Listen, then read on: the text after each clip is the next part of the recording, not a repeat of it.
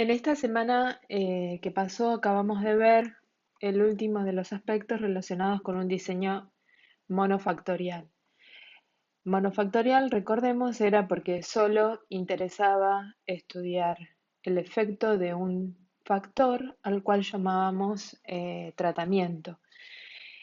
Y si bien podían existir otros factores, estos solo perturbaban la medida o la observación experimental, pero no interesaba abordar su estudio. Por lo tanto, para controlar la variabilidad que introducían en la respuesta, lo que se hacía era proceder a la técnica de bloqueo, ¿sí? O de control por bloqueo. En esta clase, lo que vamos a hacer es empezar con los diseños que involucran más de un factor de interés, es decir, los diseños factoriales. Supongamos que queremos estudiar el rendimiento de una reacción y sabemos que el rendimiento de la reacción puede ser afectado por tres factores: la temperatura, el pH del medio y el tiempo en el cual transcurre esa reacción. De estos tres factores, la temperatura se va a estudiar en dos niveles, es decir, 25 y 45 grados centígrados. El pH de la reacción puede ser variable, o sea, se puede establecer en un pH ácido o un pH básico. Y el tiempo de la reacción podría ser de 2 horas o bien de 4 horas. Es decir, que cada uno de estos valores que fuimos nombrando son los niveles que pueden asumir cualquiera de los factores. Si una persona no tiene conocimientos de diseño de experimentos, y muchas veces puede haber pasado que en algunas materias previas a estas que ustedes están observando se les pide optimizar un proceso, y ese proceso justamente es como esta reacción, depende de varias variables, uno generalmente lo que hace es estudiar una variable por vez, dejando las otras fijas, es decir, constante. Dicho de otro modo, vamos optimizando cada variable por separado. Por ejemplo, si primero queremos optimizar la temperatura, lo que tendríamos que hacer es establecer un valor para el pH del medio, es decir, que en este caso lo vamos a considerar o vamos a hacer que el pH de la reacción siempre sea ácido, y un valor para el tiempo. En el caso del tiempo, generalmente, como no lo estamos optimizando, vamos a elegir el menor tiempo posible de los dos para que los ensayos no demoren. Por lo tanto, vamos a dejarlo en un valor constante de 2 horas. Es así que en algunos ensayos utilizaremos 25 grados Celsius y en otro 45 grados. Cada una de estas combinaciones de niveles recibe el nombre de tratamiento. Es decir, que en este caso tenemos dos tratamientos diferentes. Uno está dado por la combinación de 25 grados Celsius, pH ácido y 2 horas, y el otro es 45 grados Celsius, pH ácido y tiempo de 2 horas. El tratamiento 1 se va a aplicar en forma aleatoria a 4 unidades experimentales, por lo tanto voy a tener 4 réplicas independientes. Y el tratamiento 2 también lo voy a aplicar a 4 unidades experimentales. De modo tal de que yo estoy haciendo 8 ensayos para asegurar un poco de calidad en el resultado o en la conclusión que yo voy a efectuar. Y lo que voy a encontrar es, luego de hacer esto, que el rendimiento de la reacción es mayor cuando la temperatura es de 45 grados. Entonces, para condiciones futuras o ensayos futuros, yo diría, bueno, no puedo usar la temperatura de 25, voy a usar la temperatura de 45. Esto es lo que está pasando en el ensayo 3 y en el ensayo 4. Perdón, en el tratamiento 3 y en el tratamiento 4. Se deja la temperatura fija en la condición optimizada, ¿sí? Al realizar la primera serie de ensayos, de los 8 ensayos, y entonces en este caso lo que se quiere estudiar es, una vez optimizada la temperatura, el pH o el tiempo. Si elegimos optimizar el pH, podemos hacer que algunos ensayos tengan un pH ácido y podemos hacer que otros ensayos se realicen a pH básico. Es decir, que lo que estamos viendo es la influencia del pH sobre el rendimiento de la reacción o el efecto del pH sobre el rendimiento de la reacción. Obviamente vamos a volver a dejar el tiempo en el menor valor posible para demorar lo menos posible y vamos entonces a tener un tratamiento 3 que va a tener una temperatura de 45, un pH ácido y 2 horas de ensayo, y un tratamiento 4 que va a tener 45 grados de temperatura, un pH básico y 2 horas de ensayo. Si observamos, el tratamiento 2 y el tratamiento 3 en realidad es el mismo tratamiento. El problema es que nosotros hicimos primero los 8 ensayos que están indicados acá para optimizar la temperatura y se supone que en eso gastamos 2 por 8, 16 horas, con lo cual los otros ensayos subsiguientes los vamos a realizar otro día y para disminuir la varianza entre las condiciones de cada ensayo, lo que vamos a hacer es volver a repetir el tratamiento 2, que acá aparece con el nombre de tratamiento 3, aunque son coincidentes. Una vez hecho esto, lo que se encuentra es que el pH, que el rendimiento de la reacción depende también del pH y que el pH básico es la condición es la condición que lo optimiza. Por lo tanto, nosotros estaríamos pensando que a esta altura de la experiencia o del trabajo, nosotros optimizamos la temperatura en un valor de 45 y el pH en un pH básico. Nos falta todavía ver qué es lo que sucede con el tiempo de reacción. Al tercer día de experiencia, lo que vamos a hacer es nuevamente repetir 8 ensayos, 4 repeticiones para cada uno de los tratamientos que se proponen acá, donde la temperatura queda fijada en el valor que produce el mayor rendimiento y el pH también queda fijado en el valor que produce el mayor rendimiento. Solo nos queda variar el tiempo. Cuando se hace esto, se encuentra que las condiciones óptimas que permiten obtener el mayor rendimiento son las del tiempo 4 horas. Cuando observamos todo este ensayo, o sea, toda la experiencia, todo lo que hicimos en conjunto, no el ensayo, porque de ensayos, ¿cuántos hicimos? Si contamos todo lo que hicimos, tenemos 4, 8, 12, 16, 20, 24 ensayos. Para algunos tratamientos hicimos más ensayos que para otros. ¿Qué quiere decir eso? Por ejemplo, el tratamiento 2 y el tratamiento 3 en realidad son uno solo, es decir, son coincidentes, no son tratamientos diferentes. Hicimos 8 ensayos. Y para el tratamiento 4 y el tratamiento 5 que están indicados acá son exactamente los mismos y en realidad no hicimos 4 ensayos, sino 8. Para las condiciones de los tratamientos, o sea, el tratamiento 6 y el tratamiento 1 solo hay 4 ensayos. Vamos a resumir esta información en una tabla en la diapositiva siguiente. En este caso podemos observar, ¿sí?, lo que decíamos recién. Para el tratamiento 1 hicimos 4 ensayos, para el tratamiento 8 4 ensayos, mientras que para los tratamientos indicados como 2 y 3 que son coincidentes y el 4 y 5 que también son coincidentes, hicimos 8 ensayos. Es decir, que en total hicimos 24 ensayos. Pero cuando hicimos esos 24 ensayos hay tratamientos, es decir, combinaciones de niveles de los factores que no han sido estudiados.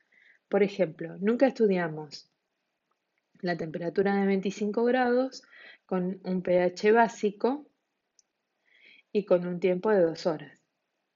Tampoco estudiamos la temperatura de 25 con un pH ácido y un tiempo de 4 horas.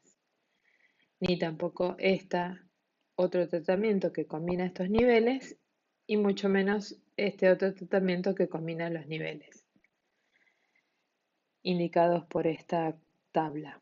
Es decir, que con 24 ensayos nos quedaron un montón de combinaciones que no probamos y que posiblemente en una de esas podrían haber sido mejores que las que sí probamos. Tampoco estudiamos si había un efecto simultáneo de los factores, es decir, algo que vamos a llamar interacción y que vamos a discutir cuando veamos el diseño factorial que estamos proponiendo para esta clase. Es decir, que cuando vemos el tipo de trabajo que se ha realizado, lo que decimos o lo que se evidencia es que es un procedimiento caro, ¿sí? Seguramente, porque se gastan recursos en hacer pruebas de más, que no tiene sentido hacerlas, y es poco eficaz, porque no estudiamos todas las posibilidades que son necesarias, eh, que sí las estudiaríamos con un diseño factorial. En este esquema podemos ver todas las combinaciones posibles que podemos hacer de los niveles de los factores que queremos estudiar. Se tienen dos niveles de la temperatura por dos niveles del pH por dos niveles del factor tiempo. En total hay 8 combinaciones posibles, es decir, hay 8 tratamientos. Y si hacemos dos réplicas de cada uno, entonces tenemos 16 ensayos. ¿Sí? Con 16 ensayos estaríamos estudiando todas las combinaciones posibles y además podríamos llegar a estudiar la interacción que puede existir o no entre alguno de los factores propuestos. Esto que tenemos acá es el diagrama de árbol que ustedes hacían en álgebra en combinatoria. No es más que eso. ¿Qué podemos decir respecto de las dos metodologías empleadas? Para eso vamos, ¿a qué hacemos referencia con dos metodologías? Una era la propuesta de ensayar una variable por vez dejando las otras constantes. En este caso es ensayar todas las combinaciones posibles haciendo lo que nosotros vamos a llamar un diseño factorial. La primera metodología recibe el nombre de experimentación con un factor a la vez y la que vamos a abordar en la clase de hoy, diseño factorial, como recién lo dijimos en la diapositiva anterior. Las ventajas de utilizar el diseño factorial es que es un diseño mucho más eficiente que los experimentos de un factor a la vez. Permite estudiar el efecto individual y de interacción de los distintos factores.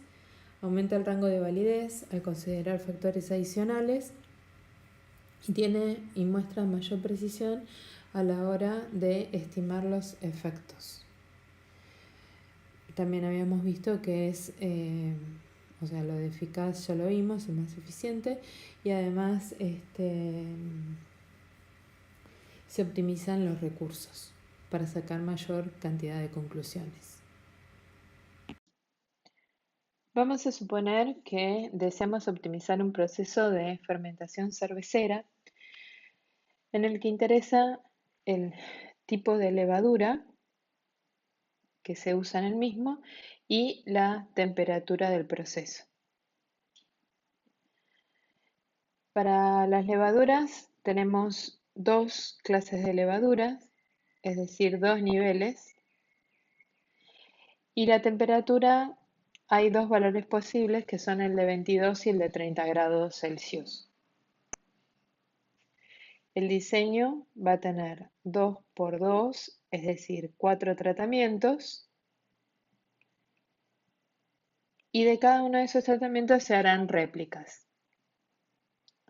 El primer tratamiento resulta de la combinación de la levadura A con la temperatura de 22 grados. Otro tratamiento resulta de la combinación de la levadura A con la temperatura de 30 grados y así siguiendo. Todas las combinaciones posibles de los niveles disponibles conforman el número total de tratamientos que se pueden realizar. Y esos tratamientos se incluyen en lo que se llama la matriz de diseño. En el caso de esto de la levadura cervecera, la matriz del diseño tendría 4 tratamientos en total. Cuando hacemos réplicas, obtendríamos las medias que están indicadas en esta diapositiva. Es decir, para cuando estamos utilizando la levadura A con la temperatura de 22 grados y hacemos réplicas, obtendríamos varios valores que irían indicados en esta celda y la media de esos valores me daría la media 1, 1. Cuando hacemos el estudio del tratamiento que está conformado por la levadura A y los 30 grados y hacemos réplicas, obtendríamos la media de esas réplicas que está indicada como 1, 2. En general, acá están puestos los dos factores que tenemos, pero para generalizarlo a otros factores, podríamos hablar del factor fila F1 y F2, en este caso tiene dos niveles, y el factor columna que también tiene dos niveles. Acá tenemos las medias de las réplicas obtenidas para cada tratamiento, medias que nosotros vamos a llamar medias de celda, como está indicado acá. En cambio, si yo sumo todos los valores, ¿sí? Vamos a ver la primera tablita, ¿sí? Esta. Si yo sumo todos los valores que obtengo para el rendimiento de proceso cuando la temperatura es de 22 grados y los promedio, lo que voy a obtener es una media marginal. Si hago lo mismo para cuando la temperatura es de 30, voy a tener, independientemente del valor de la levadura A y de la levadura B, o sea, del tipo de levadura que utilice, voy a tener una media para la temperatura de 30. Lo mismo pasaría no para las columnas, sino para las filas. Es decir, lo que tendríamos es que para el caso de la levadura A, independientemente de cuál sea la temperatura que utilizo, voy a obtener una media de todos los valores y lo mismo para la levadura B. Tanto las medias que están acá abajo como las medias de la fila, o sea, tanto las medias de la columna como las medias de la fila, reciben el nombre de medias marginales. Después, si yo sumo todos los datos y los promedio, lo que voy a tener es la media global. Entonces sería lo que va acá. Para seguir adelante, lo que vamos a hacer ahora es recordar qué quería decir efecto de un factor. Cuando hablamos del efecto de un factor, estamos haciendo referencia a un cambio que observamos en el valor de la variable respuesta cuando se produce un cambio en el nivel del factor. Dentro de este tipo de diseños factoriales que empezamos a estudiar en esta clase, nosotros vamos a tener distintos tipos de efectos. El primero de ellos, ¿sí?, va a estar asociado a estas medias de las cuales estuvimos hablando, que son las medias marginales. Y ese efecto lo vamos a llamar efecto principal. El efecto principal es un cambio que se produce en la media de la variable respuesta para la acción individual de un determinado factor, independientemente de los otros factores que estén presentes en el diseño. Es decir, en este caso sería cómo cambia la media marginal, vamos a ponerlo entre paréntesis, de la respuesta. Si yo estoy hablando de la temperatura, sería de la respuesta es decir, del rendimiento del proceso, cuando yo cambio la temperatura de un valor 22 a 30 grados.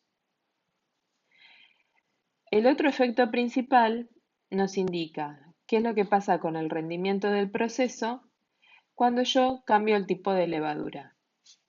Y eso lo estoy viendo en forma independiente del otro factor que está existiendo, es decir, de la temperatura. Entonces, los efectos principales es cómo cambia la variable de respuesta cuando yo cambio los niveles de un factor determinado independientemente de los otros factores que existan en el diseño. Otros efectos que vamos a estudiar son lo que llamamos efectos simples. Los efectos simples están asociados con las medias de celda. Es decir, nosotros recién acabamos de ver que cuando yo estoy estudiando dos factores en dos niveles, tenemos cuatro tratamientos. Es decir, si tengo un factor genérico fila y un factor genérico columna y cada uno de ellos con dos niveles y hago medidas repetidas de las combinaciones de esos niveles, combinaciones en las cuales llame tratamiento, voy a obtener lo que denominamos medias de celda. Lo repito porque esto es importante que lo entiendan para hacer los problemas. Entonces, por eso es que vamos trabajando así. Si yo quiero estudiar un efecto simple, voy a comparar los niveles de un factor a un nivel fijo del otro. Es decir, por ejemplo, acá cuando yo veo esta variación de la media I sub 1, 2 a la I sub 1, 1, lo que yo estoy viendo es cómo cambia la variable respuesta cuando el factor columna se modifica de C1 a C2 para un nivel fijo del factor fila, es decir, para F1.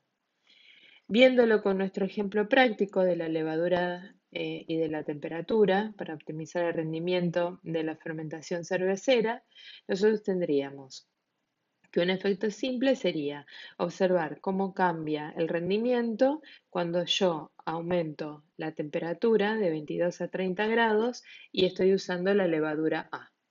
Eso sería un efecto simple. ¿Cuántos efectos simples podría realizar acá? Y bueno, podría ser este cambio, este cambio, este y este. Y eso me daría los efectos simples asociados con este diseño que estamos proponiendo.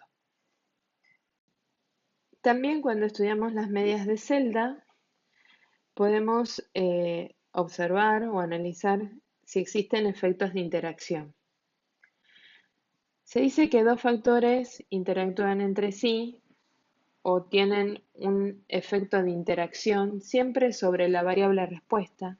Acuérdense que los efectos siempre se miden sobre la variable respuesta, es decir, sobre I sub I, J. Estamos hablando de dos factores y sub I JK cuando hay réplicas. Entonces, volvamos. Dos factores interactúan entre sí o tienen ese efecto de interacción sobre la variable respuesta cuando el efecto de un factor depende del nivel en el que se encuentra el otro. Por ejemplo, los factores temperatura y levadura interactúan entre sí si cuando yo veo cuál es el efecto, ¿sí?, de la temperatura para la levadura A, ese efecto simple es muy diferente del efecto simple que yo calculo para la levadura B. Es decir, lo que nosotros estamos haciendo es medir las diferencias entre los efectos simples de un factor a diferentes niveles del otro. Cuando queremos optimizar la respuesta, necesariamente tenemos que observar en los efectos de interacción los dos factores a la vez, ¿sí? Es decir, que si hay una interacción, la respuesta óptima no va a depender solo de un factor, sino que va a depender de los dos factores a la vez. Es importante que ustedes visualicen la diferencia que existe entre efectos simples, efectos principales y efectos de interacción para poder sacar las conclusiones en los problemas que vayamos abordando. En el seminario 4 hay un problema que empieza diciendo que se estudia la velocidad que alcanzan en carrera tres especies animales, chita, el galgo y el canguro, y la idea es que en ese estudio lo que se hace es determinar la velocidad promedio para cada especie y se diferencia entre macho y hembra. Lo que nosotros queremos es que ustedes visualicen ahí cuáles son los factores que se estudian, cuáles son los niveles para esos factores y que después, en base a las conclusiones que se destacan en el problema, ustedes puedan señalar si lo que se ha comparado, ¿no? O sea, si lo que se ha estudiado es un efecto principal, una interacción o bien una comparación entre valores medios que no es otra cosa que un efecto simple. Ahora lo que vamos a hacer es pasar a estudiar la parte de los cálculos y cómo se trabaja con la tabla de análisis de varianza. Lo que vamos a estudiar en la tabla de análisis de varianza es los efectos principales y los efectos de interacción. No vamos a hablar de los efectos simples. Si focalizamos la atención en un diseño que solamente tiene dos factores de interés, entonces estamos hablando de diseños bifactoriales. El seminario 4 se refiere siempre a diseños bifactoriales. Tenemos identificados, como dijimos antes, dos factores de interés. Ahora lo vamos a llamar factor fila y factor columna. La disposición es muy semejante a cuando nosotros teníamos el diseño en bloques completos aleatorizados. La única diferencia que ahora tenemos es que no tenemos un factor de interés y un factor perturbador o de bloqueo, sino que necesariamente tenemos dos factores de interés bajo estudio. Al factor fila, cuando pongamos los subíndices, le va a corresponder el subíndice I, e I va a variar entre 1 y el número total de filas. Para el factor columna le va a corresponder el subíndice J y J va a variar entre 1 y C, que es el número total de columnas. A su vez, para cada combinación de niveles, es decir, por ejemplo, el nivel 1 del factor fila y el nivel 1 del factor columna, que eso va a ser uno de los tratamientos posibles, lo que vamos a tener es que la medida se repite varias veces, o sea, la experiencia, perdón, se repite varias veces, y entonces de esa manera tenemos para ese tratamiento, vamos a tener un cierto número de réplicas que va a estar simbolizado con una R. A la R le va a corresponder el subíndice K. ¿Sí? Es decir, el conjunto de réplicas, cuando hablemos de réplicas, K simboliza las réplicas y varía desde 1 hasta R. ¿Mm? Es decir, que si yo quiero en este diseño saber cuántos tratamientos tengo, lo que voy a tener que multiplicar es el número total de filas por el número total de columnas. Y eso me va a dar el número de tratamientos. Si yo quiero saber el número de unidades experimentales que voy a necesitar, como yo cada tratamiento lo repito R veces, entonces cuando hago esta cuenta voy a saber el número total de unidades experimentales que se usaron en el diseño que estemos estudiando. Volviendo a la tabla de análisis de varianza, ahora si nosotros lo que hacemos es sumar todos los valores de la variable respuesta, ¿sí?, que obtuvimos para el nivel 1 del factor columna, lo que voy a tener es el total del nivel 1 del factor columna. Si a su vez ese total yo lo divido por la cantidad total de valores que yo sumé, voy a tener la media correspondiente al nivel 1 del factor columna. Es decir, que si procedo de la misma manera para todas las columnas, voy a tener las medias del factor columna. Que es lo que está indicado acá. De forma semejante puedo obtener las medias del factor fila haciendo la suma de todos los valores de una misma fila y dividiendo por el total de valores que yo sumé. Tanto las medias de la columna o sea, del factor columna, como las medias del factor fila, son las medias que acabamos de ver y que llamamos medias marginales. Y las medias marginales van a estar asociadas a los efectos principales. Si yo sumo todos los valores de la variable respuesta y le divido por el número total de datos, el cual llamé n, voy a obtener la media global. A su vez, si para cada tratamiento sumamos los valores de la variable respuesta y lo dividimos por el número total de datos que sumamos, es decir, en este caso sumo todos los valores de la variable y lo divido por r, que va a ser la cantidad de réplicas que hicimos, vamos a tener que estamos calculando lo que llamamos las medias de la celda. O sea, de acá viene la media de celda. Y la media de celda nos va a permitir calcular los efectos de interacción. ¿Sí? Es decir, va a estar vinculada a los efectos de interacción. En esta otra diapositiva vemos las expresiones de cálculo para obtener las medias marginales del factor fila y la media marginal del factor columna, así como las medias de cada celda. Estas expresiones de cálculo, bueno, nos remiten a lo que tenemos dispuesto en la tabla de datos de la diapositiva anterior y también yo podría prescindir de ellas y trabajar como lo hicimos recién, es decir, conceptualmente. Sumo todos los datos, divido por la cantidad total de datos que sumé y bueno, y eso me permite obtener una media o de una columna, de una fila o de una celda.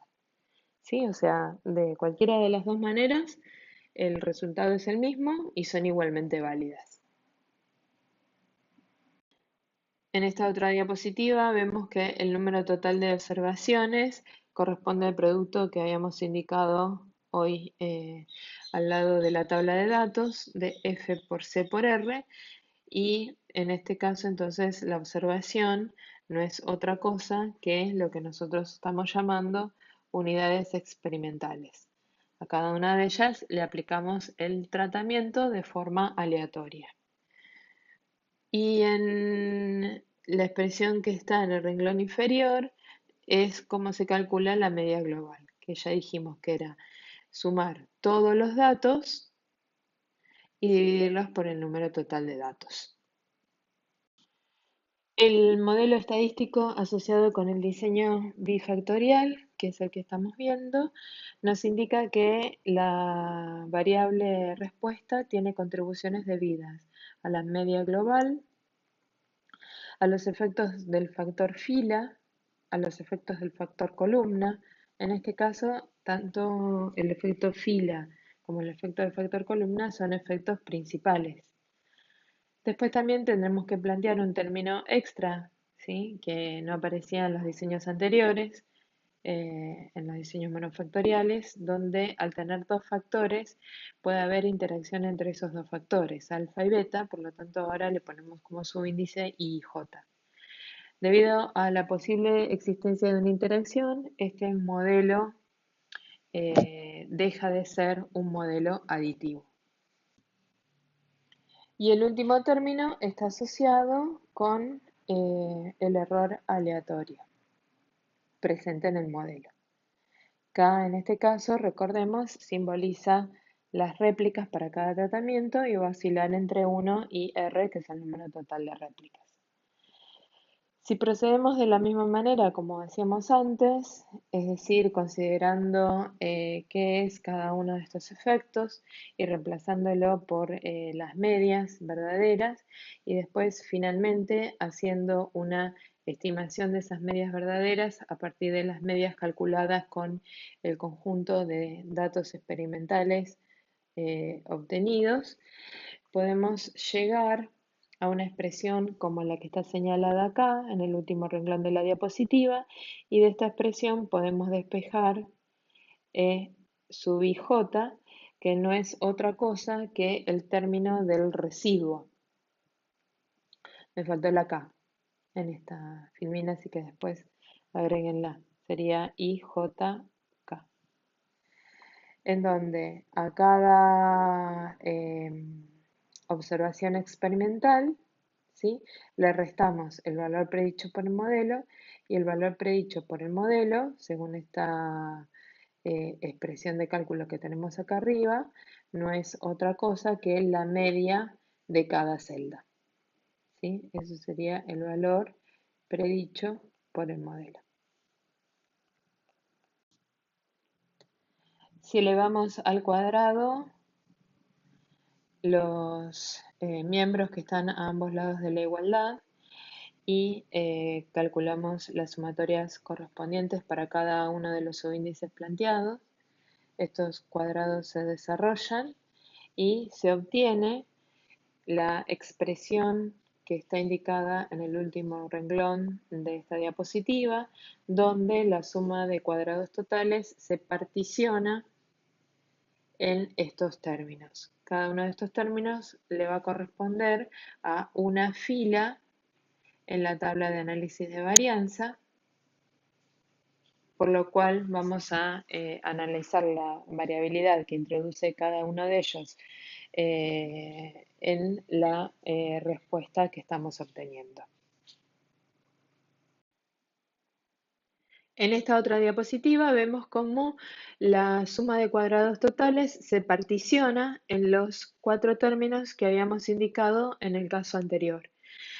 Obviamente que la suma de cuadrados totales está asociada a la variabilidad total presente en el sistema, y esos términos a los cuales hicimos referencia se asocian con la variabilidad entre los niveles del factor fila, que es un efecto principal, a la variabilidad entre los niveles del factor columna, que va a evaluar el efecto principal del factor columna, a la variabilidad entre los tratamientos, es decir, lo que llamamos las celdas, cada una de esas medias de celdas que consideramos, y la variabilidad dentro de los tratamientos, es decir, qué dispersión hay entre los valores que corresponden a la réplica, o sea, la repetición del mismo tratamiento en unidades experimentales independientes entre sí. Acá tenemos la expresión que corresponde a esa suma en forma abreviada, y obviamente para pasar a la tabla de la nava, nosotros, además de tener la suma de cuadrados, necesitamos los grados de libertad correspondientes para que al dividir cada suma de cuadrados por el grado de libertad que le corresponde, pueda obtener el cuadrado medio correspondiente. Entonces, ¿cómo hacemos para ver los grados de libertad? Si yo observo este paréntesis, para saber cuántos grados de libertad le corresponden, por empezar tengo n valores experimentales y hay una media general que calculé, por eso es n-1. Para saber cuánto vale n, ¿sí?, lo que nos podemos, o sea, lo que podemos recordar o tener presente en la mente es que yo tenía f niveles del factor fila y c niveles del factor columna. F por c me daba el número total de tratamientos, y esos tratamientos podían ser repetidos r veces, con lo cual F por C por R me va a dar el número total de unidades experimentales que yo necesito para el diseño de interés o de observaciones totales. Es por eso que N es igual a F por C por R. Por otro lado, lo que tenemos es que sacar los grados de libertad de los otros términos que están del otro lado del igual, o sea, del otro miembro de la igualdad. Entonces, si yo miro la variabilidad entre los niveles del factor fila, veo que dentro de paréntesis hay medias del factor fila y una media general. De medias del factor fila tengo F medias, por eso voy a tener F menos 1 grados de libertad. Para el de columna es el semejante, nada más que ahora voy a tener C medias de columna. Entonces los grados de libertad van a ser C menos 1. Por otro lado, para el error experimental, lo que me dice acá es que yo voy a tener un cierto número de datos, ¿sí? Es decir, todos los datos, que va a ser F por C por R, y voy a tener que restarle a esos datos la media de cada una de las celditas. Es decir, sumo los replicados y lo divido por la cantidad de réplicas que hice, ¿no? O sea, sumo los valores de cada uno de los replicados y lo divido por R. Entonces, este grado de libertad acá, que está expresado ahí, no es otra cosa que F por C por R menos ¿cuántas celditas tengo? Tengo F por C. De esta expresión yo puedo despejar de factor común FC, que es lo que está acá, y después me queda R menos 1. Como yo conozco este lado de la igualdad, conozco esto y conozco esto, puedo hallar despejando la expresión que le corresponde a los grados de libertad de la interacción. Y eso me daría esto que está acá, F menos 1 por C menos 1. En esta otra diapositiva lo que vemos es la tabla de ANAVA correspondiente al modelo planteado para el diseño bifactorial, donde la suma de cuadrados totales se particiona en cada una de estas contribuciones y para cada una de esas contribuciones hay una fila dentro de la tabla de ANAVA. Es decir, una contribución debida a la variabilidad entre los niveles del factor fila, una debida a la variabilidad entre los niveles del factor columna, una variabilidad entre los tratamientos y una variabilidad dentro de los tratamientos debido a la repetibilidad, como ya dijimos, del tratamiento, del mismo tratamiento para distintas unidades experimentales independientes entre sí. Acá tenemos los grados de libertad que ya analizamos en la diapositiva anterior y como yo les indiqué anteriormente también, al dividir la suma de cuadrados por los grados de libertad correspondientes, obtenemos el cuadrado medio que le corresponde a cada uno de los factores bajo estudio. Esta otra diapositiva es una versión simplificada de la diapositiva anterior, es decir que la única diferencia es que en vez de calcular las particiones de la suma de cuadrados totales a partir de expresiones complicadas que implican diferencias, elevarlas al cuadrado y después sumarlas, se trabaja con expresiones de cálculo más sencillas, tal como lo veníamos haciendo en el diseño monofactorial completamente aleatorizado. Lo que podemos observar en la diapositiva es que en todos los casos aparece el término corrector que utilizábamos en el otro diseño. ¿Sí? El término corrector involucra que yo sume todos los valores de la respuesta obtenida, o sea, de la variable respuesta obtenida, a esa suma la eleve al cuadrado y le divida por el número total de datos. Eso está presente en todos los componentes de la suma de cuadrados totales, en que se particiona la suma de cuadrados totales. Y por otro lado tenemos un término extra, ¿sí? Que podemos ver acá, que no es más que el total de la fila que se eleva al cuadrado. Todos esos totales para cada una de las filas se suman, o sea, se elevan al cuadrado y se suman, y se dividen por la cantidad de datos que yo sumé para obtener el total. Es decir, si yo estoy hablando del total de una fila, será el total de una fila horizontal. Entonces, ese total yo lo calculo y lo elevo al cuadrado y después lo divido por la cantidad de datos que me permitieron obtener el total. ¿Cuántos datos voy a tener? Si yo tengo 4 columnas y tengo 5 réplicas, voy a tener 20 datos. Es decir que para saber el número total de datos va a ser el número total de columnas multiplicado por las réplicas. Y eso es lo que está en el denominador de esta expresión. Si nosotros observamos esta otra expresión que corresponde al factor columna, también análogamente es el total de la columna, que yo lo elevo al cuadrado, sumo todos esos totales elevados al cuadrado y lo divido por la cantidad de datos que necesitamos sumar para obtener el total. Es decir, si yo estoy trabajando en esta dirección y tengo, por ejemplo, dos filas y cada una tiene 5 réplicas, van a ser 10 datos que sumé para obtener el total, vamos a ponerlo con la misma nomenclatura que está acá, el total de la columna 1. Ese total lo voy a elevar al cuadrado y lo voy a dividir por la cantidad de datos, que va a ser las filas por R. Las filas por R.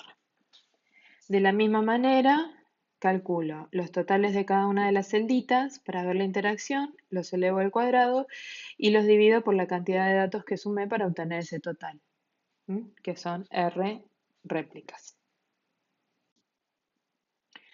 Lo que sí no se tienen que olvidar en estas expresiones de cálculo es que cuando calculan la suma de cuadrados debido a la interacción, tenemos dos términos adicionales que restarle a la expresión que corresponden a la suma de cuadrados del factor fila y del factor columna. El error, por otro lado, sale por diferencia y para saber si todo lo que hicimos está bien, lo que tenemos que recordar es que siempre la suma de cuadrados nos tiene que dar un valor positivo. Si hay alguno que nos esté dando negativo, obviamente estamos cometiendo algún error de cuenta o nos estamos olvidando de algún término. Antes de seguir adelante y ver cómo definimos el estadístico de prueba, ¿sí? Lo que vamos a ver y focalizar la atención es en esta expresión que aparece en la tabla de ANAVA. En esta expresión de la tabla de ANAVA aparece la R que simboliza la cantidad de réplicas que hacemos para cada tratamiento. ¿Qué pasa si no hacemos réplicas? ¿Cuánto vale ese R? Seguramente si estuviera con ustedes me dirían que el R vale 1. Y cuando yo hago esta resta, obviamente que los grados de libertad del error me quedarían iguales a 0. ¿Puedo calcular el cuadrado medio del error? No, no lo puedo calcular porque no puedo dividir por 0.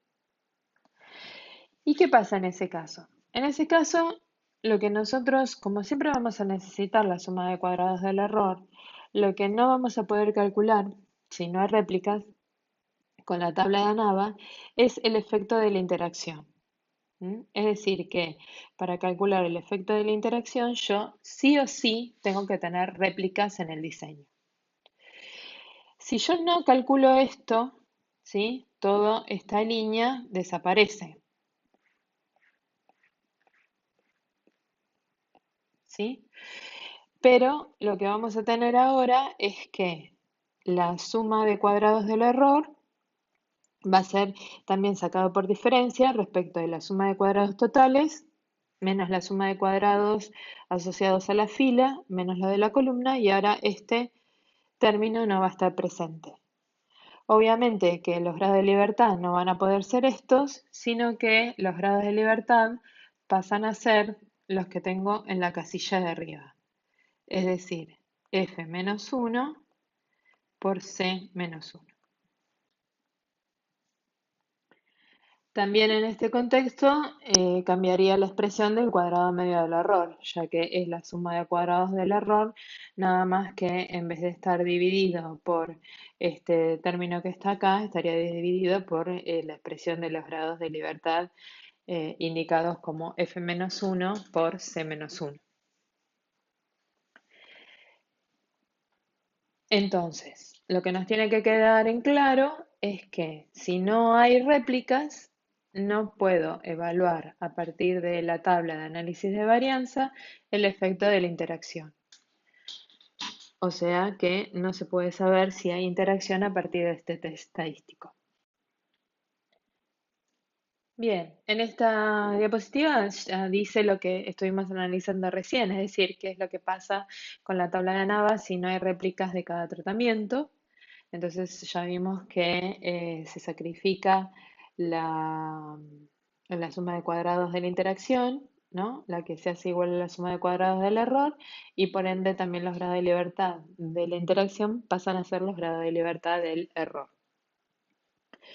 Eh, y acá nos da una pista este texto. Recién dijimos, no la puedo evaluar la interacción con la tabla de ANAVA y no la puedo evaluar para nada o hay alguna otra manera. Bien, no es que no haya otra manera, sino que en esos casos la interacción se puede evaluar de forma gráfica. No es lo más conveniente, pero podría ser una guía para proceder a decir si hay interacción o no. En principio, ¿no? Después lo tendremos que comprobar con números, ¿no? Con datos numéricos. Y por último, antes de meternos en el cálculo de el estadístico de prueba, que se está haciendo desear bastante, como en todo diseño que hemos visto ya, lo que tenemos que verificar es si son válidos los supuestos del modelo. Y esa verificación de los supuestos del modelo, obviamente, lo tenemos que hacer a partir de un análisis de los residuos. Si recordamos cuáles eran los supuestos de los modelos, eran tres que llamábamos normalidad, que la varianza sea constante u homogénea y el supuesto de independencia. Para calcular el residuo, recurrimos sí o sí a la fórmula general del residuo, que consiste en la diferencia, ¿no? O sea, si yo tengo esto y un K, ¿no? Va a ser la diferencia entre el valor experimental menos el valor que predice el modelo para ese valor experimental. ¿Sí? Y voy a tener un residuo para cada una de las K réplicas. Acá me volvió a faltar el K. Sí, corríjanlo. ¿Cuál es el valor predicho? Esto ya lo habíamos sacado en una de las filminas anteriores. Cualquier cosa, vayan para atrás en la grabación y revísenlo. El valor que predice el modelo es justamente la media de cada celda. Entonces, para calcular los residuos, voy a tener que restar cada valor experimental menos la media que le corresponde a la celda en la que se encuentra ese valor experimental. Es decir, si yo pienso que esta es una celdita y esta es otra celdita, lo que voy a hacer es, cada uno de los valores que están acá, le voy a restar la media de esta celdita. ¿Sí? La media de esa celdita. Después a esta otra, cada uno de los valores que están acá, le voy a restar la media de este conjunto de valores. Eso es lo que voy teniendo ahí. Los residuos así calculados tienen que tener una distribución normal con media cero y varianza constante. La varianza sería la varianza asociada a cada una de las celdas donde se repiten los tratamientos R veces. Gráficamente vamos a recurrir a los gráficos que ya habíamos visto, donde representamos los residuos obtenidos en función de lo que predice el modelo, que es la media de cada celdita, o bien también lo podemos hacer en función de los niveles o del factor alfa o del factor beta. Respecto del supuesto de independencia, que es el que nos faltaría analizar, en realidad, ¿se acuerdan que ese no lo verificábamos gráficamente, sino que en principio podríamos asegurar o podríamos llegar a decir que las medidas experimentales son independientes entre sí, los valores que obtenemos, siempre y cuando la asignación de cada uno de los tratamientos a las unidades experimentales haya sido efectuada de forma aleatoria. Bien, y finalmente llegamos a el tema que necesitamos ver antes de poder definir la prueba estadística F. Cuando a nosotros nos dan un problema que involucra factores de interés o factores de estudio, lo primero que tenemos que hacer siempre, sea el diseño monofactorial o sea el diseño bifactorial, o sea cual sea, es determinar si esos factores que estamos estudiando son factores fijos o aleatorios. Esto ya lo habíamos visto, ¿sí? En el diseño que abordamos como el más básico de la asignatura, pero vamos a repasarlo. Yo acá les incluí un texto correspondiente a un problema de aplicación. Y antes de seguir, quiero hacer una referencia a las encuestas que hizo la asignatura. Dentro de las encuestas, nosotros les preguntábamos si con el material que teníamos les alcanzaba. Esperamos que nos sigan siendo sinceros y que nos digan si el material les alcanza o no. Una de las cuestiones que aparecía en la encuesta era que básicamente estaría bueno que entre medio de la parte teórica se incluyeran ejemplos. Cuando nosotros damos la clase en forma presencial, en el aula, frente a ustedes, tal como les expliqué el primer día, que uno ve sus caras, sabe lo que no entienden o lo que dejan o lo que entienden bien y lo que no, ¿sí? Como para reforzarlo con una explicación alternativa. Nosotros ahora no estamos en esas condiciones y lo único que nos puede ayudar es que ustedes nos los tramitan, ya sea por las sesiones de consulta que acabamos de inaugurar, diarias de 1 hora, o bien a través de las consultas o de los foros o de cualquier mensaje que puedan enviar a través de la plataforma. Dicho esto, en las encuestas aparecía que estaría bueno que nosotros combináramos la teoría con ejercicios prácticos de aplicación. Si nosotros estuviéramos en el aula, eso sería genial porque nos vamos intercalando y cada uno de los docentes va abordando alguna parte y eso desde el punto de vista didáctico ayuda porque ustedes no tienen a una persona sola hablando 2 horas, cuando la atención que uno presta a otro que está hablando generalmente solo llega a los primeros 40 minutos. Suerte que pueden pausar el video, es lo único que agradezco, pero independientemente de eso, lo que decidimos o lo que estamos tratando de hacer es, en paralelo a la teoría, que es la que grabamos junto con las filminas, lo que nosotros les estamos subiendo son tutoriales de ejercicios. Está bien, ustedes me van a decir, pero no están intercalados con la teoría. No, pero bueno, pueden mirar la teoría, ¿sí? Ver el ejercicio, después volver a ver a la teoría, pausando hasta donde sea necesario, buscar en qué parte de la teoría se habló del tema, ¿sí? Eso no lo podemos hacer en clase, ¿sí? Porque no me pueden pausar. Pero bueno, la idea sería básicamente que el material estamos tratando de dárselo. Tal vez en una de esas no compaginado de la manera que tal vez sea la más eficiente o la más efectiva. Pero bueno, así estamos. Dicho esto, y para cortar un poco la teoría y lo que veníamos trabajando, vamos a volver a esto de los efectos fijos y aleatorios, que cuesta, yo entiendo que cuesta distinguir qué tipo de efecto o de factor es el que yo estoy estudiando. Vamos a leer este enunciado. Dice, se quiere probar la eficacia de un somnífero estudiando posibles diferencias de la misma por el sexo de los sujetos. Se eligen al azar 2 grupos de 5 insomnes varones y otros 2 grupos de 5 mujeres.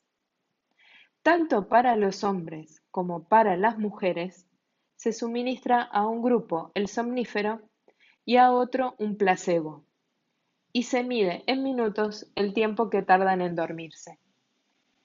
Recuerden que en todos los problemas del seminario es importante que ustedes identifiquen el factor en estudio, si hay factores perturbadores que lleven a bloquear. si los factores en estudio son uno o más de uno, porque ya empezamos a ver diseños que involucraban más de un factor. ¿Cuántos niveles tiene ese factor? Si esos niveles son fijos o aleatorios. Si, cuántos tratamientos tenemos. En el caso de los monofactoriales, el tratamiento coincidía con el número de niveles del factor bajo estudio, y en el caso de los bifactoriales o de los factoriales en general, coincidía con todas las combinaciones posibles de los niveles que yo estoy estudiando.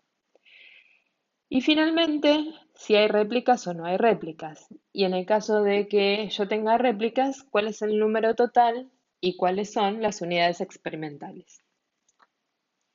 Una vez hecha esta aclaración, ¿sí? Lo que vamos a identificar en el problema que acabamos de leer es, en primera instancia, cuáles son los factores en estudio. Entonces, si yo observo esto, los factores en estudio son, uno, es el sexo de los sujetos, ¿sí? Y la otra, el factor, es tomar el somnífero o no tomarlo, ¿sí? O sea, el otro factor es la presencia del somnífero. ¿Tengo somnífero o no lo tengo? Lo que no lo tienen son los que llamamos placebos. ¿Mm? Si nosotros pensamos en los niveles asociados al somnífero, ¿cuántos niveles hay? O está presente o no está presente. O sea, tenemos dos niveles. Esto es para el placebo, para el somnífero. Déjenme que lo borre. Ahí está. Entonces vamos a poner los dos niveles del factor que es somnífero. O sea, o está o no está. Y después tenemos para el sexo dos niveles, hombres y mujeres. Entonces el diseño va a ser un diseño de 2x2. Tenemos 4 tratamientos. Y si pensamos, ¿cuántas réplicas tenemos? 5. ¿Por qué? Porque me dice que hay 5 insomnes varones y 5 insomnes mujeres. Y de esos 5 hay 2 grupos de 5. Entonces las réplicas son 5. Si ustedes se fijan, yo podría armar una tablita de doble entrada, ¿sí? Donde tengo, por un lado, el factor sexo. Entonces ahí me dice varones y mujeres. Y por otro lado, tengo el factor somnífero. Vamos a poner así, som. Y el somnífero es o está presente o está ausente. Si está ausente le pongo un 0 y si está presente le pongo un 1. Me dice que hay 2 grupos de varones y cada uno de los grupos tiene 5 individuos. Y hay 2 grupos de mujeres donde cada grupo de mujeres tiene 5 individuos. Ese es el diseño, ¿sí? Esa es la matriz del diseño. Entonces, una vez identificado esto, yo lo que voy a definir es también la variable respuesta. ¿Cuál sería la variable respuesta? La variable respuesta es el tiempo en que tardan en dormirse. ¿Sí? Bien, si yo miro los dos factores, ¿son fijos o aleatorios? Son fijos, tanto el sexo como ausencia o presencia de somnífero.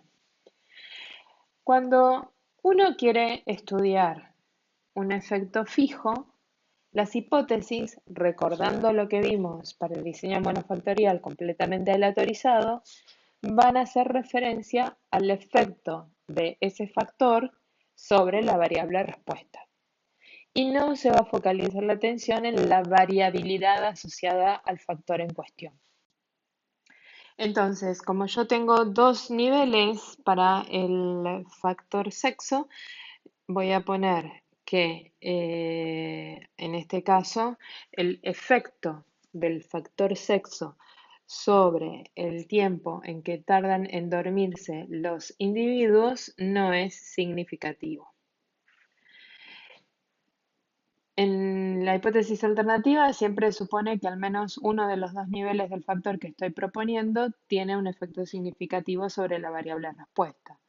Quiere decir que para el sexo de los sujetos, al menos uno de los dos sexos de los sujetos influye sobre el tiempo en que tardan en dormirse los sujetos. Por otro lado, la otra hipótesis también se refiere al efecto y lo que podemos decir es que el efecto asociado con la administración del somnífero, o sea que el efecto del somnífero sobre el tiempo en que tardan en dormirse los sujetos no es significativo. Y por otro lado, existe algún efecto asociado a la presencia o ausencia de somnífero que influye significativamente sobre el tiempo que tardan en dormirse los sujetos. Finalmente, la tercera de las hipótesis que vamos a probar, ¿sí? O que vamos a estudiar con la tabla del análisis de varianza es la hipótesis que se refiere a la interacción. Y lo que vamos a decir en este caso es que las diferencias entre los niveles del factor sexo son independientes de las diferencias entre los niveles del factor somnífero. También otra manera de expresar esta hipótesis es que no existe una interacción significativa entre los factores en estudio que influya sobre la variable respuesta, tiempo que tardan los sujetos en dormirse. La hipótesis alternativa que correspondería a la interacción sería que al menos existe una combinación de los niveles del factor sexo y los niveles del factor somnífero que ejerce un efecto significativo sobre el tiempo en que los sujetos tardan en dormirse. Como los dos factores son fijos, este modelo se llama modelo de efectos fijos. Es un diseño bifactorial de efectos fijos. Pasemos ahora a leer este otro problema. Se dice lo siguiente. Se desea realizar un estudio de repetibilidad y reproducibilidad, R&R, de un instrumento de medición utilizado para determinar el ancho de una pieza que debe cumplir con una especificación determinada. Se seleccionan 20 piezas del proceso de producción y 3 operadores escogidos al azar miden 2 veces cada pieza con el instrumento. El orden de las mediciones está aleatorizado. El estudio se llama estudio R&R y este tipo de estudios permite evaluar instrumentos de medida. Lo que primero vamos a tener que hacer es, obviamente, determinar cuáles son los factores en estudio y observar si esos factores son fijos o aleatorios. Nosotros estamos evaluando un instrumento de medida determinada, ¿sí? Es un instrumento de medición con el cual se evalúa el ancho de una pieza. Quiere decir que la variable respuesta que estamos obteniendo, a la cual vamos a llamar I sub I JK, es el ancho de la pieza expresado en cualquier unidad de longitud.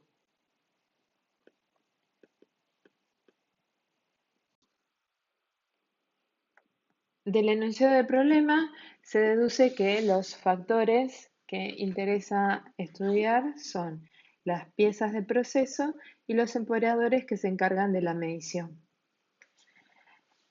Cuando leemos bien el enunciado, dice que se seleccionan 20 piezas.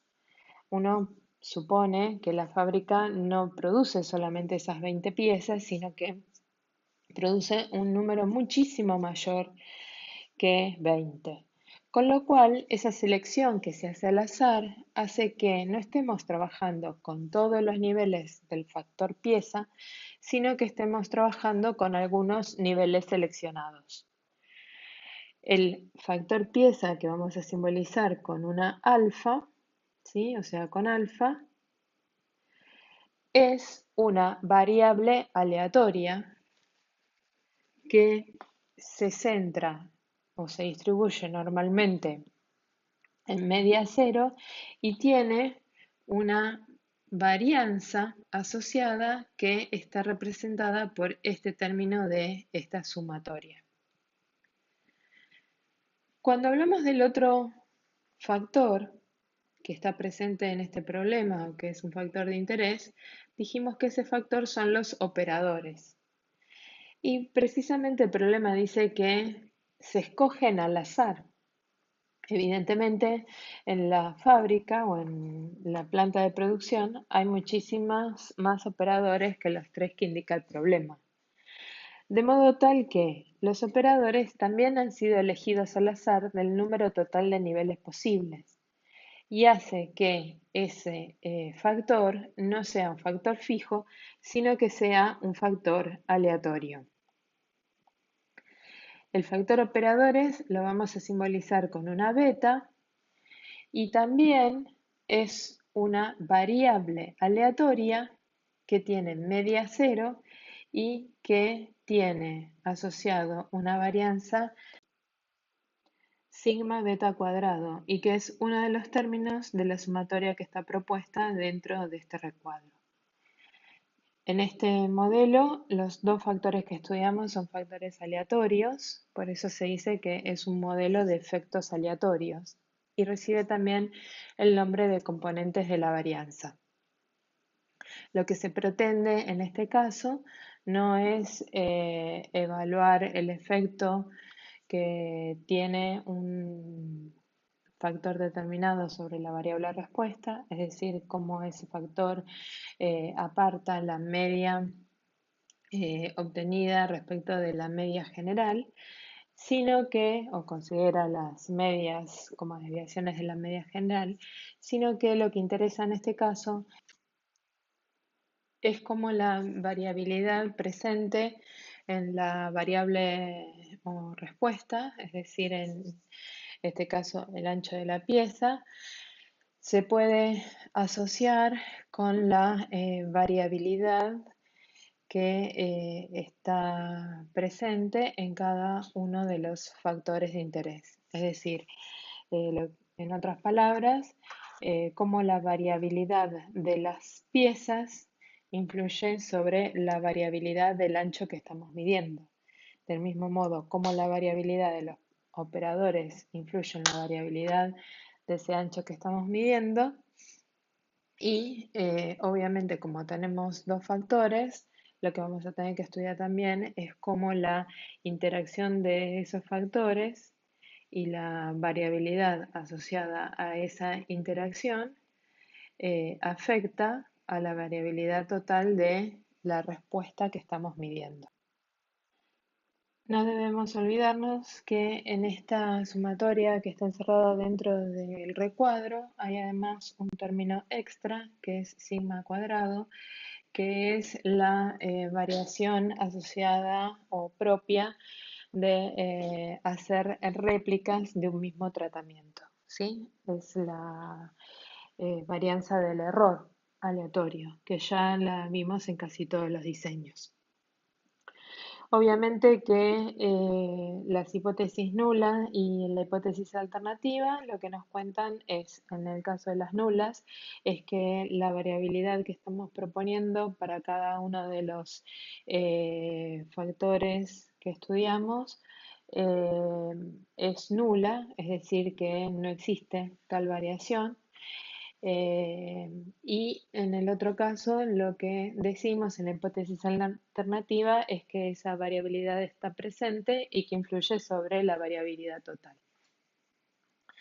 Recordemos que siempre en los modelos de efectos fijos, los parámetros del modelo son constantes a determinar, es decir, alfa, beta y la interacción y el error aleatorio son todas constantes, mientras que en el modelo de los efectos aleatorios, los parámetros del modelo no son constantes, sino que son variables aleatorias con distribuciones normales. Para ver o volver a simbolizar lo mismo que hicimos en la diapositiva anterior, entonces vamos a tener que el factor pieza tiene 20 niveles y el factor operador tiene 3 niveles. Es decir, que sería un diseño de 20 por 3. Y como cada combinación de estas, que sería el operador con una pieza, en realidad la medida experimental del ancho de la pieza se hace 2 veces.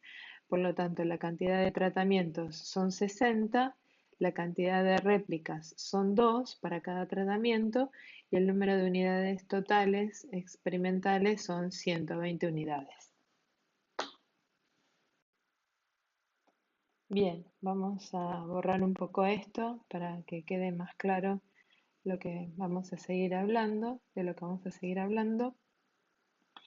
Y podemos ahora decir que cada una de los términos que están presentes en esta sumatoria, que son los componentes de la varianza, se van a estimar utilizando las líneas de la tabla de la nava. Por eso se dice que este método de estimación de las componentes es el método del análisis de varianza.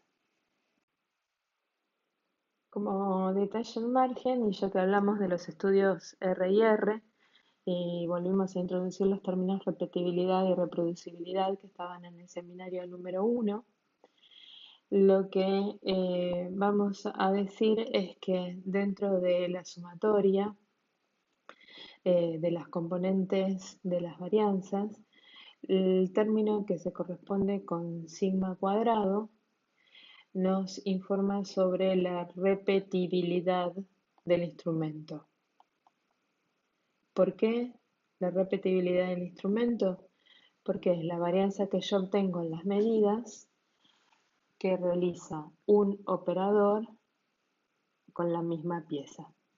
Entonces son medidas repetidas, ¿sí?, del mismo operador y la misma pieza. Por eso habla de la repetibilidad asociada con el instrumento de medición. En cambio, aquellas varianzas que incluyen el término operador, que son estas dos, son las que refieren o hablan de la reproducibilidad del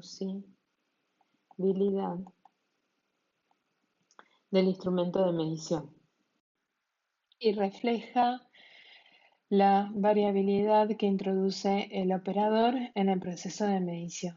¿Por qué? Porque ahora en este caso para la reproducibilidad es como que estamos midiendo la misma pieza con el mismo instrumento, pero varía el operador. Por eso hay una fuente adicional de variación.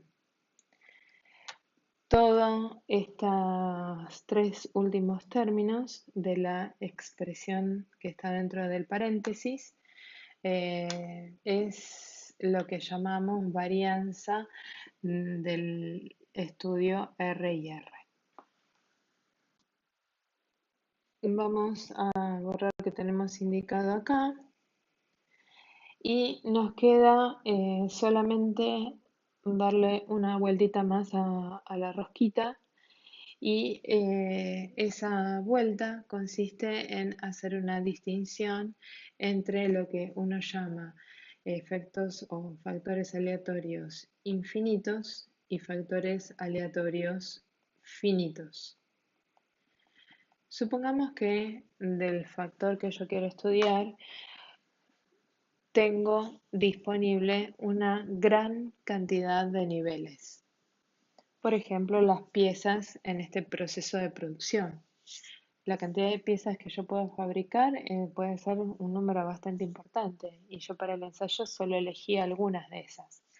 muestreadas al azar dentro de la población de niveles del factor, no población de unidades experimentales. Si la población de niveles es muy grande y yo elijo pocos niveles, el factor aleatorio se dice que es un factor aleatorio infinito. ¿Cómo podemos saber eso? Supongamos que el factor que yo estoy estudiando es el factor fila, es decir, alfa. Y tengo un cierto número de niveles elegidos que se corresponde con el número de filas del diseño que estoy planificando. Si f es el número de filas o de factores seleccionados al azar y f mayúscula es la cantidad total de niveles disponible, si yo hago este cociente y me da menor que 0,1, entonces podemos decir que el factor es infinito. En el caso de que no dé menor que 0,1, es decir, que yo tenga pocos niveles del factor para estudiar y de esos niveles encima yo elijo una población de un número fijo de niveles, el factor se va a llamar factor aleatorio finito.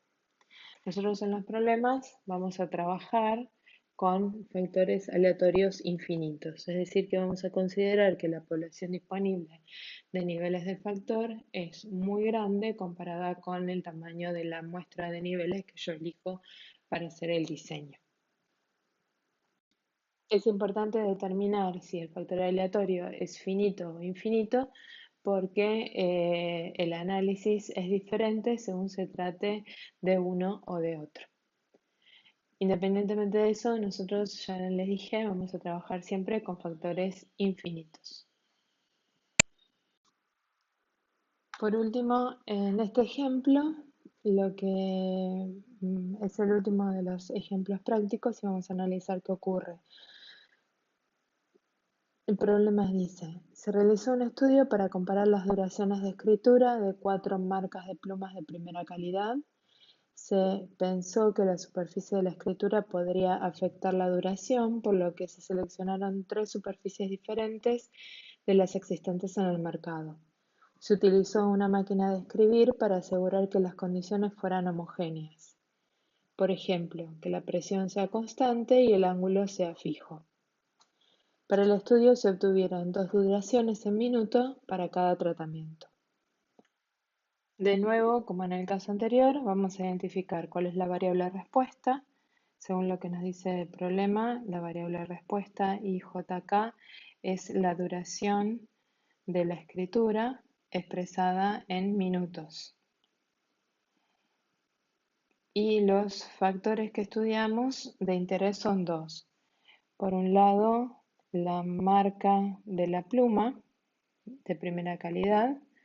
Para ese factor tenemos 4 niveles y esos niveles son fijos. Son esas 4 marcas las únicas que queremos estudiar. Entonces tenemos un factor fijo que va a estar representada en este caso por esta hipótesis y tenemos para ese factor 4 niveles. Por otro lado, tenemos que la duración también se puede ver afectada por la superficie de escritura. Quiere decir que el otro factor que estamos estudiando es la superficie de escritura. Y supuestamente hay muchas superficies de escritura en el mercado, pero de todas ellas solo se eligen 3 al azar. Es decir, que el otro factor, el de la superficie de escritura, es un factor aleatorio. Y podemos considerar que es un factor infinito, ya que el número de superficies es bastante importante y solo elegimos 3. La cantidad de tratamientos, entonces, que vamos a probar son 12 tratamientos. Y en este caso dice que para cada uno de los tratamientos se obtienen 2 duraciones. Es decir, que las réplicas son 2 y el número total de ensayos es 24. En el caso del factor aleatorio, la hipótesis que interesa probar se refiere a la variabilidad del factor aleatorio, y para el factor fijo se refiere al efecto. Es decir, que en el caso del factor fijo, lo que nosotros diríamos es que las marcas de plumas diferentes no tienen efecto sobre la duración de la escritura realizada o obtenida con cada una de ellas. Y la hipótesis alternativa sería que al menos una de las marcas produce una duración de escritura diferente del resto. En cuanto al factor aleatorio, no podemos hablar de los efectos como si fuera un factor fijo, sino que vamos a hablar de la variabilidad. Y en ese contexto, lo que vamos a decir es que la variabilidad debida a la superficie de escritura es nula, ¿sí? O no contribuye a la variabilidad total presente en el sistema. Mientras que la hipótesis alternativa, lo que plantearíamos es que esa variabilidad debido a la superficie de escritura es significativa. Siempre que uno de los factores sea aleatorio, la interacción que incluye ese factor también va a ser un efecto aleatorio. Por eso, en este caso, como el factor alfa es un factor aleatorio y está incluido acá dentro de esta interacción, el efecto de la interacción también es aleatorio. En los modelos en los cuales un factor es aleatorio y el otro factor es fijo, se dice que reciben el nombre de modelos de efectos mixtos. O sea, mixtos es la referencia a que un factor es fijo y el otro es aleatorio.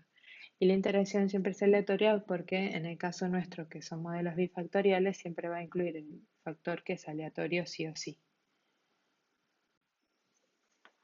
Ahora que analizamos todas las posibilidades y vimos que los modelos bifactoriales pueden ser o de efectos fijos o de efectos aleatorios o de efectos mixtos, vamos a volver al problema inicial, es decir, que habíamos dicho que si bien todas las tablas de análisis de varianza coinciden para cualquiera de los tres tipos de modelos, no así la definición del estadístico de prueba.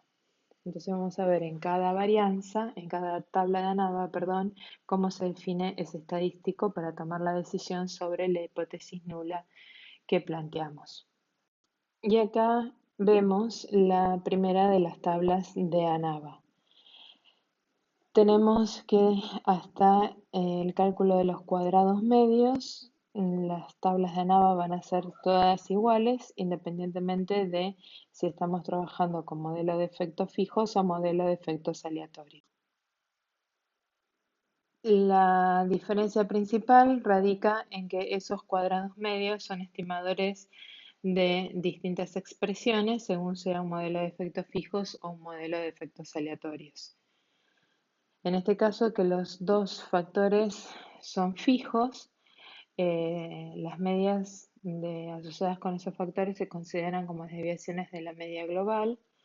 Y bueno, y acá también tenemos planteada la restricción sobre lo que sería la interacción de esos factores. Y en la tabla de ANAVA se encuentran las expresiones de lo que estiman los cuadrados medios calculados previamente.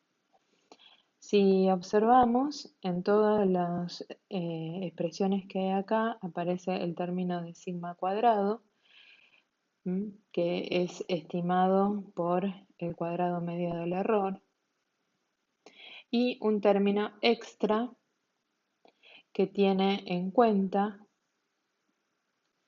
el efecto del factor fila, el efecto del factor columna o el efecto de la interacción. Si nosotros queremos comprobar si el efecto del factor fila es significativo, deberemos hacer el cociente entre el cuadrado medio del factor fila y el cuadrado medio del error. Si nosotros observamos esta expresión y pensamos que el f es la relación entre ambas, si este término aporta significativamente al valor de f, ¿sí? Es decir, si f es bastante diferente de 1, es porque este término es bastante importante. Si este término tiende a ser 0, entonces sigma cuadrado sobre sigma cuadrado me va a quedar igual a 1. Para que eso sea 0, lo que nosotros vamos a decir es que el efecto de todos los tratamientos, que es lo que planteamos acá en la hipótesis nula, es nulo, ¿sí? Es decir, no tiene efecto sobre la variable respuesta. En ese caso, el estadístico de prueba asociado al factor fila va a ser menor que el f de tabla y no vamos a rechazar la hipótesis nula. Si existe algún efecto que es distinto de 0, entonces este término empieza a cobrar importancia respecto de sigma cuadrado y cuando dividamos esta expresión por esta me va a dar mayor que 1. Con lo cual vamos a tener un estadístico de prueba que puede llegar a ser significativamente diferente del f de tabla y eso nos va a llevar a rechazar la hipótesis nula.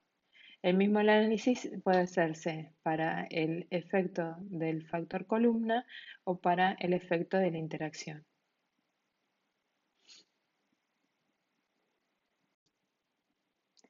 En esta otra diapositiva tenemos que los mismos cuadrados medios que calculamos anteriormente estiman ahora otras expresiones debido a que cambiamos y pasamos de un modelo de efectos fijos a un modelo de efectos aleatorios.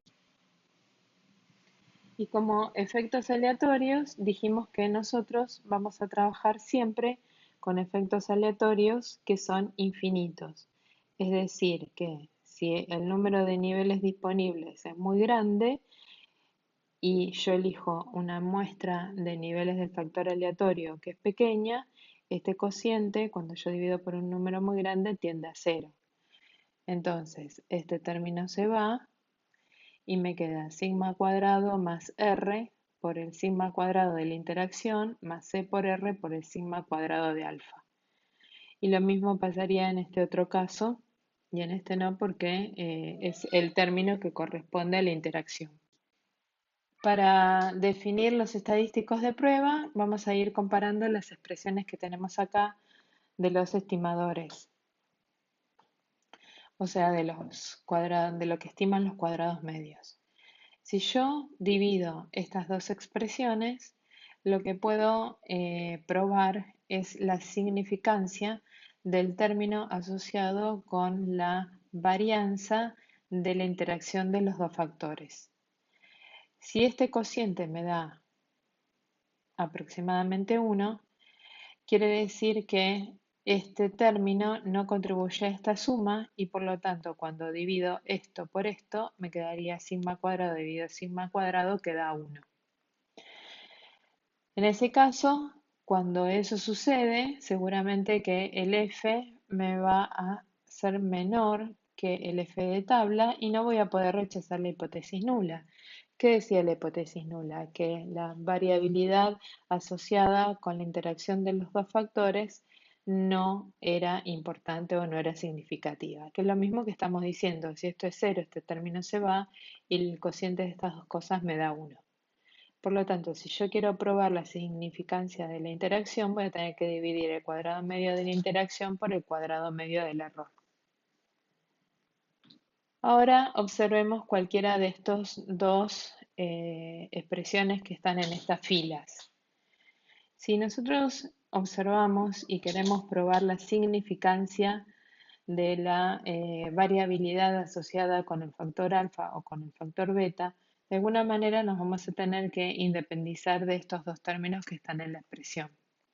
Por lo tanto, ahora no podemos dividir por el cuadrado medio del error como hacíamos en los efectos fijos, que siempre dividíamos por esta línea, sino que lo que vamos a tener que hacer es dividir el cuadrado medio de la fila por el cuadrado medio de la interacción. Cuando hacemos eso, lo que vamos a tener es que en ese cociente todo este término o todos estos dos términos que están acá están también metidos dentro de la interacción. Si esto me da 1, quiere decir que este término no contribuye. Y estas dos expresiones son exactamente iguales, el f me da 1 y entonces va a ser menor que el f de tabla y no rechazo la hipótesis nula. Para que el f me dé 1 y que esto, o sea, esté rechazando la hipótesis nula, lo que estoy diciendo es que la variabilidad asociada con el factor fila, que es esta, no es significativa. Si esto no es significativo y esto es 0, como lo plantea la hipótesis nula, entonces la relación de el cuadrado medio de la fila por el cuadrado medio de la interacción me va a dar 1. Por lo tanto, para probar la significancia de los factores fila y columna en el modelo de efectos aleatorios, no voy a poder dividir, y eso acuérdenselo bien, por el cuadrado medio del error, sino que voy a tener que dividir por el cuadrado medio de la interacción. Y esto introduce una modificación respecto del cálculo del estadístico de prueba que vimos en el modelo de efectos fijos. Ahí siempre dividíamos por el cuadrado medio del error. Si al hacer el análisis de varianza se encuentra que las componentes son significativas de varianza, entonces se procede al cálculo de cada una de ellas a partir de las líneas de la tabla de la nava. Si una de las componentes es muy grande, después lo que se hace generalmente es identificar la causa que produce dicha variabilidad. Pero eso se hace aparte, eso no sale de la nava. Para hallar cada una de las componentes que está indicada acá, ¿sí? Lo único que hacemos es de la tabla de la nava igualar el cuadrado medio con la expresión que le corresponde. Es decir, teníamos que el cuadrado, perdón, vamos a agarrar un lápiz, que el cuadrado medio del error era un estimador, por eso le ponemos este techito, de sigma cuadrado, que es lo que está planteado acá. En la fila de arriba decíamos que el cuadrado medio de la interacción era un estimador de sigma cuadrado y de un término extra que era R por el sigma cuadrado de la interacción de los dos factores. Lo que nosotros hacemos ahora es reemplazar este sigma cuadrado por el cuadrado medio del error y después lo que hacemos es despejar la estimación de la varianza asociada con la interacción de los dos factores. Y eso nos lleva a una expresión de este tipo. Lo mismo se hace para la estimación de la varianza asociada con los factores alfa y beta. ¿Sí? Es decir, con estas dos expresiones que están acá utilizamos los otros dos renglones de la tabla del análisis de varianza. Como nota, si una de estas varianzas me da negativa, sabemos que no puede haber varianzas negativas, entonces en ese caso se iguala a 0 y se deja las otras varianzas como están. Eso es una manera de resolver eso, o sea, el problema de que una varianza dé negativa. Hay otros, pero nosotros no los vamos a trabajar. En esta otra diapositiva vemos finalmente que los cuadrados medios ahora estiman también expresiones diferentes porque uno de los factores es aleatorio infinito, el otro es fijo y por ende como uno de los factores es aleatorio, la interacción también es aleatoria infinita. Entonces, en ese caso me quedan estas expresiones de cálculo que están acá y las hipótesis correspondientes que ya las vimos en el problema de ejemplo. Si yo divido esta expresión por esta expresión, ¿sí? Las que tengo acá, vamos a elegir un colorcito, estas dos, lo que voy a poder estudiar es la significancia del término de la varianza asociada con la interacción de los dos factores. De nuevo, si esto es 0, el f da 1 y entonces no rechazo la hipótesis nula, que es la que está indicada en este recuadro. Si yo, entonces tengo que hacer dividido por el error. En el caso del factor fijo, si uno quiere probar la significancia del factor, vamos a tener que buscar el cociente que me quede, o sea, libre en la expresión solamente el efecto del factor, en este caso el factor columna. Si observamos eso, en estos dos primeros términos tenemos lo mismo que está presente en la interacción, de modo tal que si yo dividiera estas dos expresiones, ¿sí? Incluido también el tercer término que está acá, si esto me da mucho mayor que 1 es porque este término es muy importante, con lo cual beta nunca puede ser 0. Y sería lo que vale, en ese caso, la que es válida es la hipótesis alternativa. O sea, deberíamos rechazar H0. Si la hipótesis nula es la verdadera, entonces, o la que no se puede rechazar, entonces este término se hace 0 y el cociente de estos dos números me va a dar 1. De modo tal que cuando yo tengo un factor fijo en el diseño de efectos mixtos, lo que vamos a ver es que el cuadrado medio de ese factor fijo se divide por el cuadrado medio de la interacción. Y en el caso del efecto aleatorio, si yo comparo, ahora vamos a borrar lo que escribimos acá. Si en el caso tuviéramos el efecto aleatorio,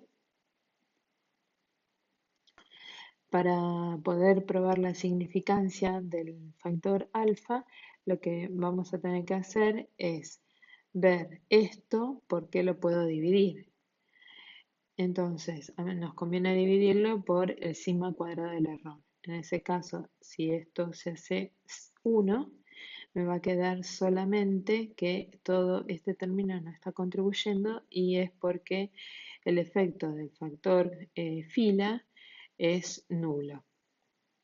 Si este estuviera contribuyendo, entonces el f me va a quedar distinto de 1 y es porque en ese caso la hipótesis que es válida es la hipótesis alternativa. Por lo tanto, para poder probar la significancia del factor aleatorio, lo que yo voy a tener que hacer es dividir por el cuadrado medio del error. Entonces, por eso me tengo que acordar bien por qué cuadrado medio divido para probar o obtener el estadístico de prueba adecuado para poder rechazar las hipótesis nulas. Si rechazo las hipótesis nulas relacionadas con la varianza asociada con los factores aleatorios infinitos y por ende de la interacción, lo que puedo hacer, al igual que en el modelo de efectos aleatorios, es calcular los componentes de la varianza del modelo, tal como se plantea acá, ¿sí? Armando ecuaciones con cada una de las líneas de la tabla de ANAVA.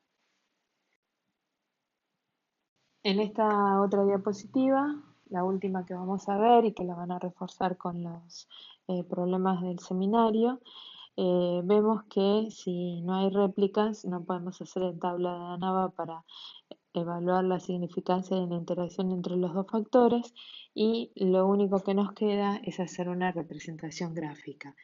Las representaciones gráficas involucran en el eje de las X se elige uno de los dos factores, ya sea el factor fila o el factor columna, y en el eje de las Y el valor de la variable respuesta. Se dibujan las cuatro medias que tenemos en este caso, es decir, las medias de celda, y después se unen las medias que corresponden con el mismo valor de C1, es decir, del factor columna indicado en esta tabla de diseño. Cuando vemos eso, podemos tener tres tipos de gráficos. El primero, si las líneas paralelas son paralelas, entonces en ese caso no hay interacción. Si las líneas tienen distinta pendiente, como acá o como acá, entonces los factores presentan interacción. ¿Mm? Después en el seminario van a ver bien esto, ¿sí? Con algún ejemplo práctico. Por otro lado, si yo miro acá, esto me está dando el efecto, o sea, acá yo lo que dibujé es siempre los efectos principales, ¿sí? En cambio, si yo miro solo este tramo, lo que voy a ver es el efecto simple del factor F en el nivel C1. Es decir, yo cambio F de F1 a F2 mientras mantengo el nivel C1 constante. Este cambio, esta magnitud de cambio se relaciona con el efecto simple.